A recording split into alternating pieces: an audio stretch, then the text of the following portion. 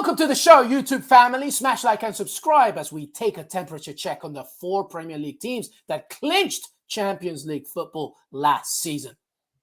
Finishing in the top 4 is a massive achievement for any Premier League team. And for those that don't make the cut, it can cause massive financial upheaval. Manchester City, Liverpool, Chelsea, and Tottenham reached the promised land of UCL qualification last time out. And all 4 have been busy in the transfer market and on the tactics boards to fine-tune ahead of the 2022-2023 campaign. And I'm here with my bro, Michael Lahoud, to analyze what we can expect from Pep Guardiola, Jurgen Klopp, Thomas Tuchel, and Antonio Conte in the upcoming season. Qué Golazo top 4 chatter begins right now. Hey everybody, welcome to Qué Golazo. Luis Miguel Echegaray Elemi here with Michael Lahoud. How are you, everybody? We are a nominee, by the way, for Best Sports Podcast category in the People's Choice Podcast Awards, Michael Lahoud. How good is that, my friend? It was when I got the alert. I was there's a day crip walking in my front yard. That's what I was doing. No, it's such an honor to be a part of just what this journey is. And LME, it started with you, so thanks for making this all happen, and Des as well. Absolutely. Des Norris, Lisa Roman, Qué Golazo team. Michael Lahoud, you are a massive factor of this, of course. Jonathan Johnson, James Bench, Heath Pierce, of course, Jimmy Conrad, and Fabrizio Romano. We all thank you so much. And by the way, we appreciate it because we're getting closer to 15,000 subscribers. Maybe by the time you watch this, we've already passed it. It's not a small achievement. You know, we're a very young show. So thank you so much. To nominate Qué Golazo, by the way, just go to podcastawards.com/app/sign up and then toggle down to the sports category. The whole process of this takes less than 60 seconds. We've included the link at the top of the episode for the description as well. But the whole process takes less time than Jonathan Johnson takes to say his take on any given show. So make sure that you please nominate us and vote for us as well. Please, please, please. Anyway, welcome to the show, everybody. Michael Lahoud. It's been a while. I'm here in Surrey, England, visiting my cousin, and you're in Austin, Texas. I mean, you can't get more ridiculously different than that. Yeah, well, it's a few time zones between us, but hopefully the chemistry and the telepathy that we've shown still remains the same. Oh, 100%, brother. All right, let's get to it, everybody. So today we want to talk about the top 4, obviously the teams in the Premier League that finished top 4 last season that are entering Champions League football in this coming season, the 2022-2023. A disclaimer, Michael and I are talking right now, you know, as Chelsea await to announce Raheem Sterling, of course. Calvin Phillips has been announced to Man City. So there's still a lot of action going on in the Champions League race regarding this top 4 teams. And by the way, Michael Lahoud, our producer Des Norris said it before taping. I'm going to steal his joke, but you know, why are you wearing Manchester? I know that you're a Man U fan, but surely it's just like trolling on yourself, my friend. No, I'm wearing it in protest for this show, this top 4 show without my team in it. We still believe we're a top 4 team, and no, I'm wearing it. I'm really wearing it in protest. Well, it's with hope, right? You're hoping that one day you will return and reclaim the glory that you once had, and now under Erik ten Hag, of course. Yes, and also in protest of some of the players just having a laugh with the wage bill. Phil Jones, I am looking at you. I know you watch this show, Phil Jones, so I'm talking to you. Oh, boy. Well, we're going to have to do a whole other show on Manchester United and Michael Lahoud complaining. But welcome, everybody. This is about the top 4. Manchester City, the winner of the Premier League, of course. Liverpool, of course. Chelsea and Tottenham. Amazing things under Antonio Conte, of course. We'll discuss each club, and this is how they finished last season. And then we'll give you, Michael and yours truly will give you our predictions on how they will end, or at the very least, how the season will end for them. I haven't even thought about this at all, Michael Lahoud. So it'll be a live prediction for me, I guess. But let's begin with the winner, with Manchester City, Pep Guardiola and the machine. They still, of course, are searching for a Champions League trophy, but a lot has happened. Gabriel Jesus is off to Arsenal, so no more false nine now. Okay, it's Erling Haaland time. A very, very good, very versatile, very strong, but very demanding number 9. So the first question to you is, and we're going to talk about the squad, but can Pep Guardiola adapt his style? What's it going to look like with Haaland? So the last time Pep played, and I'm going to go way back beyond Bayern Munich. This kind of reminds me of a move that Pep made in 2010 with the one Zlatan Ibrahimovic, true number 9, and they had one in Samuel Eto'o, but true number 9, one that could hold the ball up, do a bit of everything.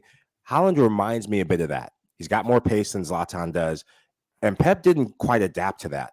And that Barcelona team still, just scored a ton of goals, but it was a bit disruptive because the one thing that Zlatan had that maybe Samuel Eto'o didn't have as big of, a massive ego.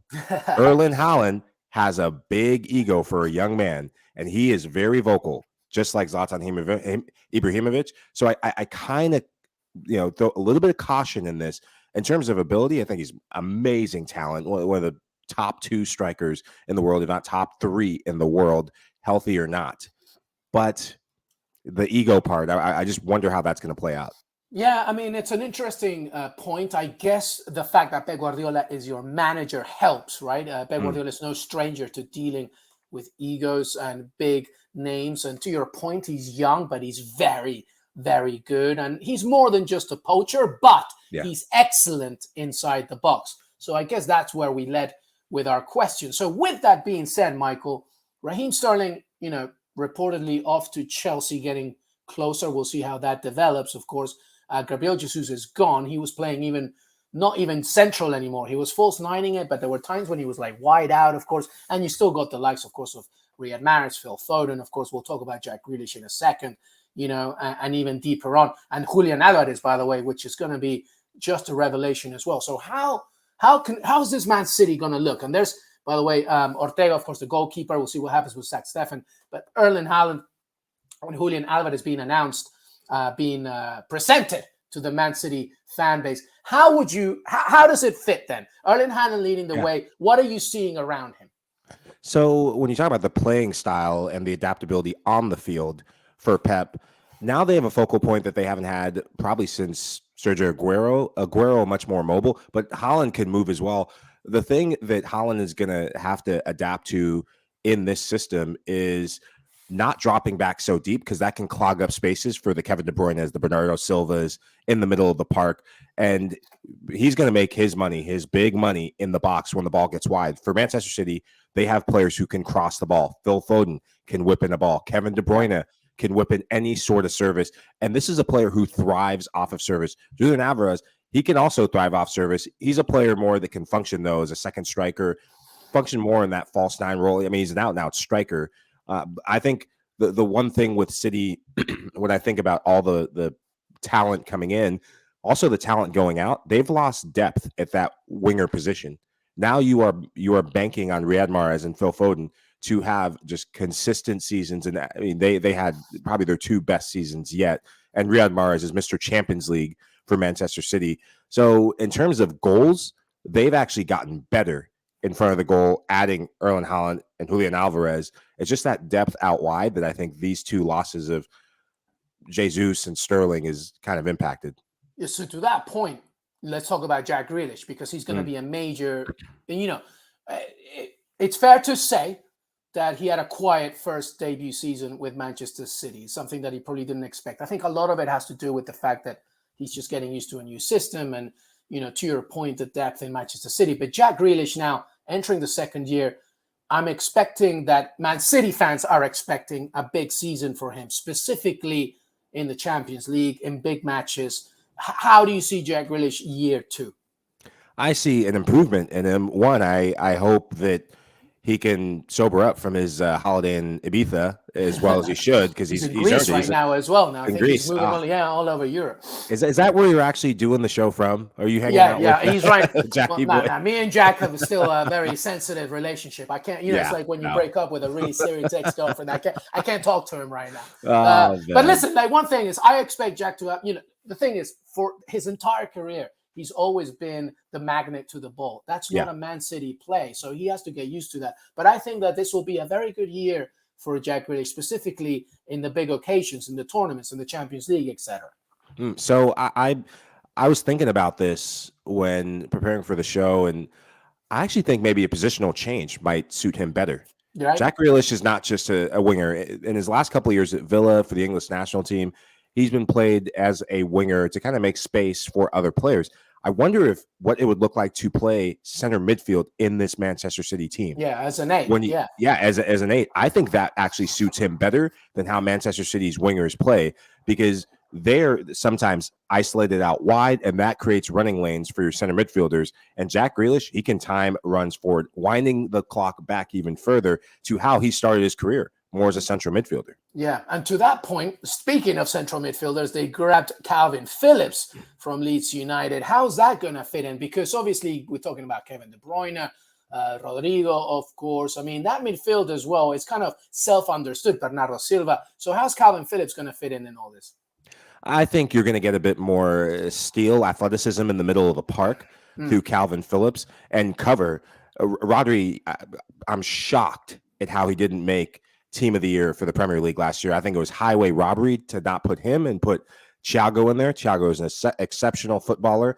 Thiago played 2 months well. Rodri, I think he was one of the unsung heroes, if not the unsung hero, for this Manchester City Premier League winning side. But getting Calvin Phillips in, you have an England international, you have a player who I think is ready to step up to this level. And I think in the cup competitions is where he can really get his confidence going. And you never know players' health. You need depth at that defensive midfield position. He's a astute passer, and his runs forward, he can make the odd run forward that maybe Rodri can't consistently. But Rodri scored a bunch of goals last year, surprised everyone. Yeah, absolutely right. This is what I think, and we'll move on to Liverpool in a second, but this is what I think about Manchester City and these signings. And I'm sure they're not even done, probably. Maybe, one more player will come in. But the Premier League is a set thing for them. Pep Guardiola understands it. He knows how he has to rotate, specifically week by week. The Champions League is, I think, where these specific players, specifically Erling Haaland, because for a long time, Michael, I've said, look, the thing about Man City is it's kind of like the horse goes to water every time in the Champions League. It cannot finish the drink. It can't drink it. I think with Erling Haaland, finally, because you have to win ugly sometimes in those real tough, rough matches, specifically in the knockout stages, when you get physicalized or when you get shocked, just like Real Madrid did, of course, on more than one occasion against Manchester City. You need somebody that can just get the job done. I mean, if you remember Jack Grealish, had he had scored that goal against Real Madrid, maybe it would have been a different narrative. Erling Haaland is a player that will get that done. I think it's about getting that done, and Pep Guardiola finally getting the Champions League trophy that he wants with Manchester City. We'll talk about predictions in a minute, but let's move about Liverpool. Let's talk about Liverpool now. Okay, Sadio Mane is gone. Darwin Nunez is in, the Uruguayan. Okay, Mohamed Salah announced a new contract, so Liverpool fans can relax a little bit. Luis Diaz absolutely laid it up in his first season, half season with Liverpool, of course. Has Jurgen Klopp done enough in the transfer window, do you think? I don't think so. This Liverpool team is 1 or 2 injuries away, not up top, but in the midfield and in the back, from being a Premier League contender to just struggling to make Europe. We saw that 2 seasons ago, where I don't think they have enough depth in midfield. So your starting midfield, in my eyes, is Thiago, Fabinho, who's one of the best defensive midfielders in the Premier League. His consistency, his ability to deliver in big games is what I love about him. Jordan Henderson, you know what you're going to get out of him. Box to box style. He's the heart and soul, the vocal leader of this team. But what comes after that? Naby Keita doesn't give you enough. I probably would go get more depth in midfield. And really, Virgil van Dijk, keeping him healthy is massive. But I think in the midfield and the back I'd like to see more depth added. Yeah, no, I think that's a very valid point. The other point I wanted to raise about Liverpool, a formidable squad, of course, they're always going to be up there. My worry as well, as similar to Manchester City and Pep Guardiola dealing with the false nine and the transition of that, is the fact that I think this Liverpool side, Michael, is going to miss Sadio Mane more than they think. Darwin Nunez is an absolute talent. I have no doubt in that. He is not Sadio Mane. So I'm wondering how that's going to evolve, or rather devolve, into what Jurgen Klopp has to do in this new season. What do you think? I think that it's a big risk by Liverpool, a big risk to lose. I mean, you're losing, between 125 and 150 goals in the last couple seasons for Liverpool alone. And you're putting a ton of pressure on a young Darwin Nunez to come in and say, hey, you know what? We gave you a lot of money. Go do what he did and then some. This is a big game player, a guy who is on the ascendancy in his career in Sadio Mane, winning international competitions, set to have a big World Cup. And really, this Liverpool team was due for a shakeup. The guy that I think could benefit the most from Mane leaving, though, isn't Diaz, isn't Nunez. It's Bobby Firmino, the forgotten man. Yeah. This is now set up for Bobby Firmino to have his best season yet, and he's going to need to have his best season yet. I don't think Nunez. I think Firmino is going to need to have his best season yet in Liverpool colors. Yeah, absolutely. I mean, make no mistake about it. Darwin Nunez is a ridiculous introduction, but time will tell to see how quick he adapts to the Premier League. All right, we're going to take a break. When we come back, we talk about the London teams, third and fourth place, Chelsea and Tottenham. Michael and I will give our predictions, and that will be it. Qué Golazo top four chatter. We'll be right back. Hey, everybody, welcome back. By the way, if you're a fan of Qué Golazo pod, we really would appreciate if you just take 60 seconds to nominate us for the 2022 Podcast Awards. I mean, come on. Jonathan Johnson, James Bench, Michael Lahoud, Fabricio Romano, LME in the house, Jimmy Conrad, and Heath Pierce as well. A vital part of this family. We've done so much to give you what you wanted, and you've been so great in supporting us. Check us out in the sports category of the 2022 Podcast Awards. It takes you less time than James Bench takes about defending his Arsenal. I promise you that much. Michael Lahoud, let's talk about Chelsea. My God. I mean, listen, Chelsea Football Club, quite an enigma sometimes. Obviously, Romelu Lukaku, the project 2.0, did not work. So he's gone on loan back to Inter Milan. Raheem Sterling, as we said in the beginning of the show, he's nearing a move to Chelsea. That's fantastic. They got more wingers than I could even count, all over Europe. It's absolutely ridiculous. But Azpilicueta, Rudiger, Christensen, they're all gone as well. So defensively as well, they've got a lot to do. And this is the first Roman Abramovich-less transfer window that we're talking about. And, the Todd Bowley era is here. Can the club transition seamlessly into the American ownership way of directing, I guess? What do you think? What do you think about Chelsea? I think they're in trouble. I think that the club is way too top heavy in attack. I think it's a mistake that they didn't lock in Rudiger, and the timing of when this all happened, the timing of his contract running out, that he's going to be a key player that's going to be sorely missed for Chelsea. One of the things that Chelsea Football Club under Abramovich was founded upon wasn't just getting attacking players, but actually getting quality defenders and quality midfielders. Their defensive record was what turned things around and made them just a formidable foe for the Manchester Uniteds, for the Arsenals, for the old guard at the time. And it was the you shall not pass in our 18 to get towards goal. And it sets up the mantle for Didier Drogba.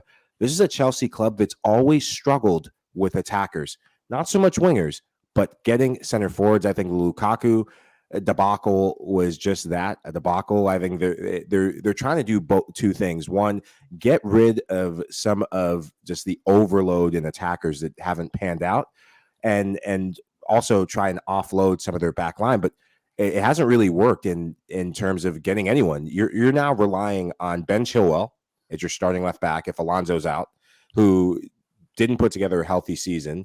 And now Thiago Silva is getting older and he's not as mobile. Karim Benzema exposed him for that. So I'm very concerned for this imbalance for Chelsea right now. So there are reports, obviously, that they're still very interested in Jules Koundé from Sevilla. So they do have to strengthen the back because it is worrying. Very good point, Michael, about Antonio Rudiger. Obviously, he wanted Real Madrid, etc. And N'Golo Kante, by the way, I'm hearing whispers of Arsenal being interested. I don't know about his future, of course. Absolutely correct. And by the way, it's worth mentioning a certain Conor Gallagher who, did a lot of good things for Crystal Palace. Obviously, he returns to his parent club in Chelsea. We have to see what Thomas Tuchel does there. A lot of clubs are interested in him. But N'Golo Kante is in his last year of his contract.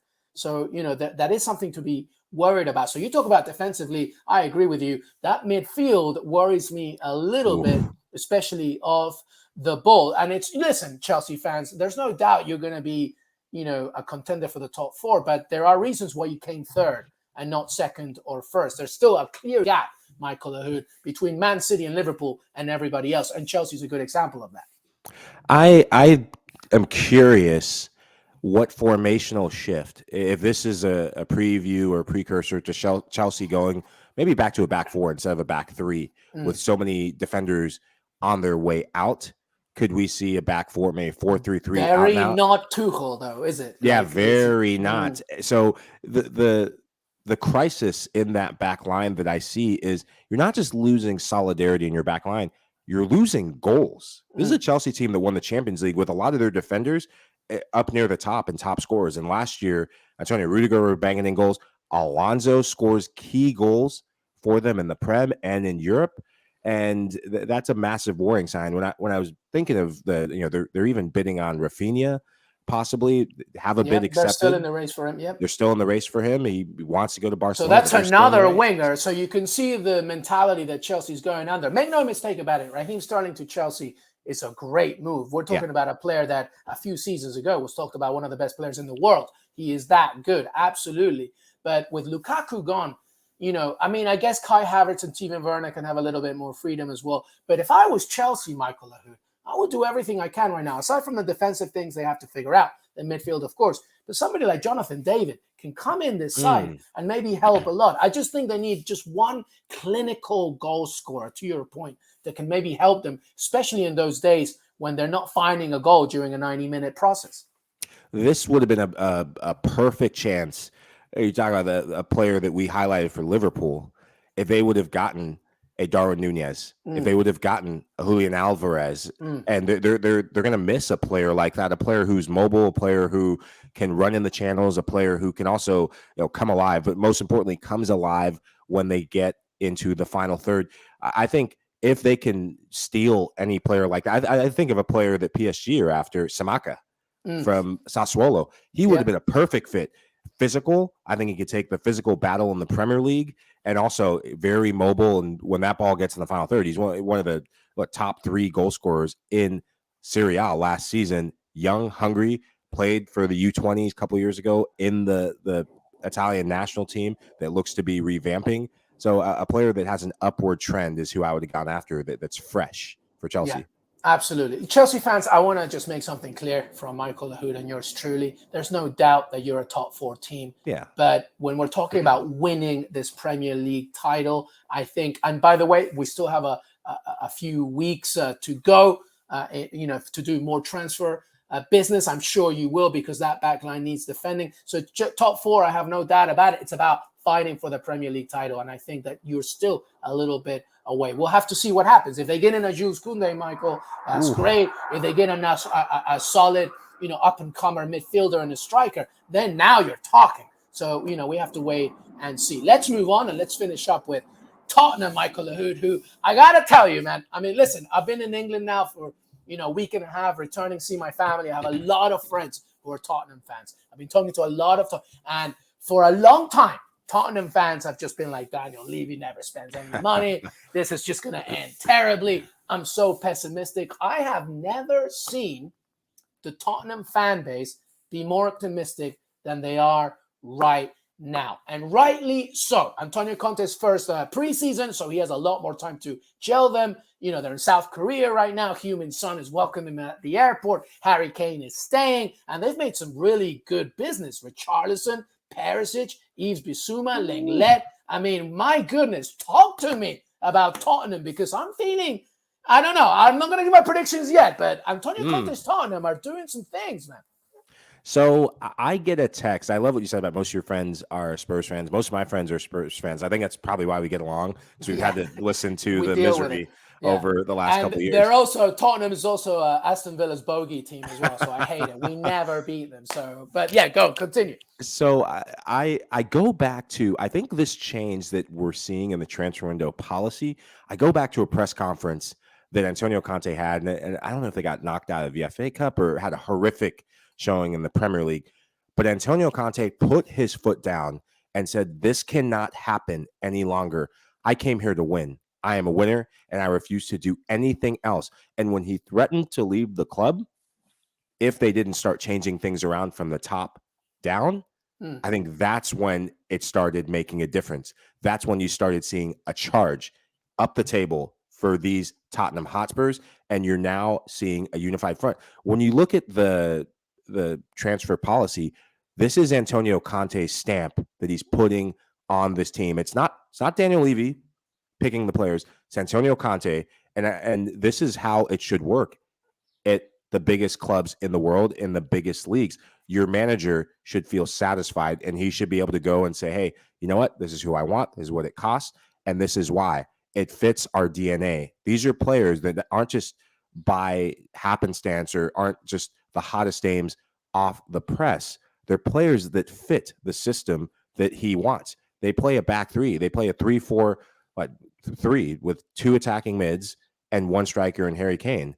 And you want to keep the Harry Kane satisfied, get players around him. You want to keep Son Heung-min satisfied, get players around them. They're going to get them the ball and also defend so it serves up the game so they can hit the winner. Yeah, and it's a good thing that they're in the Champions League because clearly they need to have a good squad, not just a good team. So my question to you, I guess, is with Richarlison, right? A very good player. I've talked about it. I did a thread about him a few weeks ago because folks watch him based on his Premier League status. They don't understand that when he plays under a good manager, with all due respect to everybody before him, he can really deliver. So you have Richarlison, Harry Kane, Heung-min Son, Kulusevski.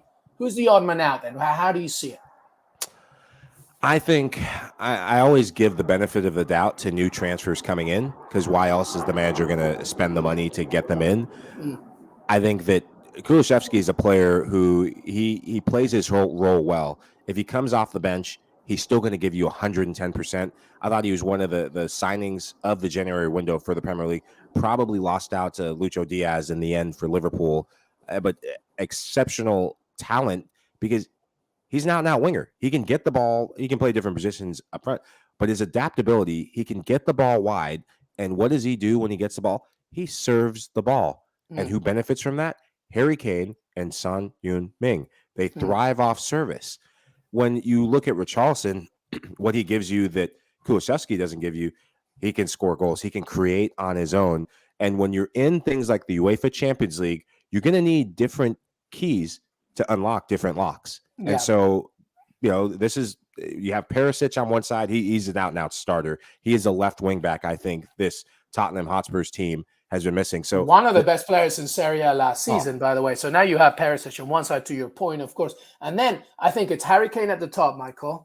And then you've got, and the thing is, you rotate it, right? If you're playing, with all due respect, a mid-table team in the Premier League, you can start Kulusevski in that game. But then when you have Real Madrid, for example, and they're in your group in the Champions League, that's when you want to play around and stuff. I mean, this is a good problem for Antonio Conte, Michael Lahoud. Oh, absolutely. You have different answers to different solutions. They're required. I very much expect Kulusevski to, if he's not going to start in Champions League big games, I expect him to start in Premier League mid-week games. And you want to settle competition. When you get your opportunity, get the job done. And there's nothing like competition to get the best out of strikers. You don't want competition in your back line because that means that there's a bit of instability there. You want your back line to be settled. I think their back line will be consistent and settled. Competition up top is a very good thing. It breeds goals. Yeah, and now you have Yves Bissouma, who will solidify that midfield, and behind him, a very experienced center-back in Lenglet as well. Tottenham is a team that I'm paying a lot of attention to coming into the new Premier League season. All right, well, having said all that, we've talked Man City, Liverpool, of course, Chelsea, and Tottenham. Michael Lahoud, let's do our predictions here. I guess, okay, so, I mean, this could be a very too early exaggerative prediction when it comes to where you see them in the table. You can be a little bit vaguer and see who can be above who or how they will do in cup competitions. How do you see these four? And by the way, actually, this is a very unique season, Michael, because we break in towards the end of November for the World Cup. So in many ways, it's 2 Premier League seasons, sandwiched between the World Cup. So how important is that going to be? And what do you see towards the end of the season in how these clubs end up? I think the X factor is, I'm going to start with our first team that we talked about. The X factor in players, their fatigue, because these players are playing a ton of games, and it's going to even ratchet up that much more because the World Cup in this fall/winter. The X factor in a player who I think is going to be in form, start the Premier League well, ready to go, Erling Haaland. he doesn't have to worry about the World Cup. He is going to be fresh Good to go. Good point. and ready to go to just smack Premier League backlines and defenders who will have to worry about the World Cup, who will be fatigued. So I give Manchester City the slight edge when we're But talking Mohamed about Salah also doesn't have to worry about the World Cup, Michael. Ooh. That also helps him as well, right? Listen, all right. So do you have Man City? Okay, let's do it this easy. Okay, Man City and Liverpool are the royalty of the Premier League. Yeah. Do you see those two? And we haven't even talked about Arsenal because they didn't end fourth last season. But do you see anybody getting closer to joining that lineage of royalty? I think if there's one club that could, because of the buzz, the hype around them with some of the signings that they're making, I think Arsenal have the best opportunity.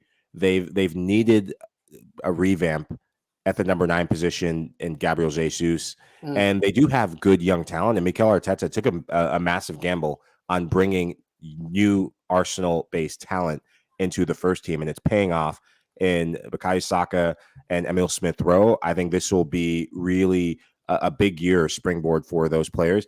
If Gabriel Jesus can get going early and often, then I think they're the closest and most likely to Pip, maybe Chelsea, depending on what they do in the transfer window. Wow. And Fabio Vieira, by the way, is a very good player as well. Another good addition for Arsenal. All right. But okay. So Arsenal is creeping in this conversation for this season then, right? So listen, here's the thing. All right, let's do this.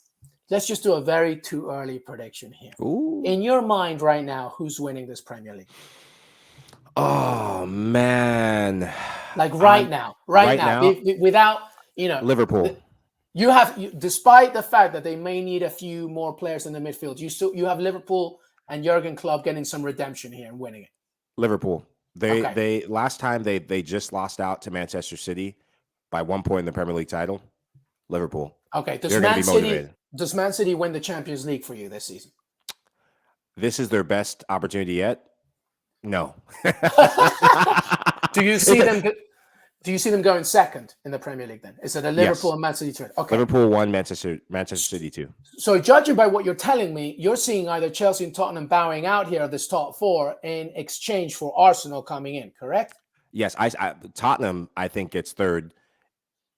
Chelsea doesn't get anything. Chelsea, I think Arsenal, most likely team to pip into that top 4 is Chelsea. I don't think they're near the other aforementioned 3 teams, not yet, but Chelsea's the most vulnerable. I'm gonna shock people right now. Okay. No, I know what you're gonna say. What am I gonna say? Go on, say it. What do you think I'm gonna say? Tottenham. We all love Tottenham. We all love Tottenham. Listen, I'm telling you something. I don't know if it's the romantic in me because I'm surrounded by all my friends from high school, and you need that. Don't do it. I'm telling you, right? Listen, it's the too early exaggerative reaction, and I've got some Arsenal friends, by the way, that are going to kill me right now. If there is a team that is challenging Man City and Liverpool for the title this coming season, it's Tottenham. I'm feeling like, judging from what they're doing this summer, judging from what they're getting right now, the fact that it's Antonio Conte, if it was another manager, I would be like, let's pump the brakes. But this is Antonio Conte we're talking about with a full preseason ready to go. He's ready to go. Tottenham is going to challenge Man City and Liverpool for this Premier League title. I'm with you on Arsenal. I think they're climbing up here. And I think I agree. Unless I see some other beneficiaries at the back for Chelsea, it's going to be a tough one for them. Man City is winning the Champions League this season. If you don't do it with Erling Haaland, you don't belong anywhere else. I mean, come on, seriously. All right. I think about that Champions League prediction though, LME. I'm hesitant because I want to see what Barcelona do in this transfer window. Man City Barcelona final. That's my go-to final. Depending on if they can land what they're trying to get. Oh, that's a scary FC Barcelona project. Of course, they have to be around for it, right? Let's hope they don't break up financially. They have to exist as a club for a whole year to see what they can do. But by the way, Barcelona and Man City face each other at the beginning of the season in a fun cup competition in Barcelona. So that final would be fun. Barcelona against Man City. I have Man City winning it. I have Tottenham challenging Liverpool, Man City for the Premier League title. Michael Lahoud has Chelsea out of this top 4. I might agree. Don't get mad, Chelsea fans. You still got a lot to do this summer, but we'll see what happens. But Michael Lahoud, this has been so much fun. We will continue this conversation as we get closer to the Premier League beginning of the season, of course, August 6th. But give me your final thoughts, buddy, before we say goodbye. I wore the jersey for a reason, and I want to go. I want to go We from didn't top even four. talk about Manchester I United in know. this conversation. I'm going to keep it the shortest I've ever kept it. Not going to bring any therapy into it. I just want to pour one for me and one for the Manchester City transfer window because it ain't looking good. But I will say this: if the first domino of the Frankie De Jong domino, which is the saga of the century right now, if that domino can fall, Christian Eriksen seems to be landed. Yep. If a couple pieces can fall, then I'm starting to get that hope. But what they say, it's the hope that kills you. You want Ronaldo in or out? Out. Yeah, absolutely. Out. It's time. Let's You give said everything again. it best last season, and I didn't want to hear it when you said it on the show that he hurts more than helps. So out. It's not even against him. It's just No. that the project itself needs something else. You Yeah. have Jadon Sancho. If you get Frankie De Jong, Christian Eriksen, now you're beginning to build something pretty special. But we will see, because right now, at the end of the show, we did not have Manchester United in the top four. Will they win a cup? We will see. Eric Ten Hag has a lot to do. Time will tell. But that was it. Michael Lahoud, yours truly. That was our top four chatter. Don't worry. We will continue to have this discussion. I am sure the angry comments will continue as well. Michael Lahoud, make sure to follow him at Mike Lahoud. Of course, LMH, Qué Golazo Pod. Don't forget to nominate us for the People's Podcast Awards. Of course, 2022, just selecting the sports category. We have plenty more to come from everybody here, including World Cup content as well, and some more interviews and chatter. Mike Lahoud, LME, thank you so much, everybody. We will see you next time. Have a fantastic rest of your week. Till then.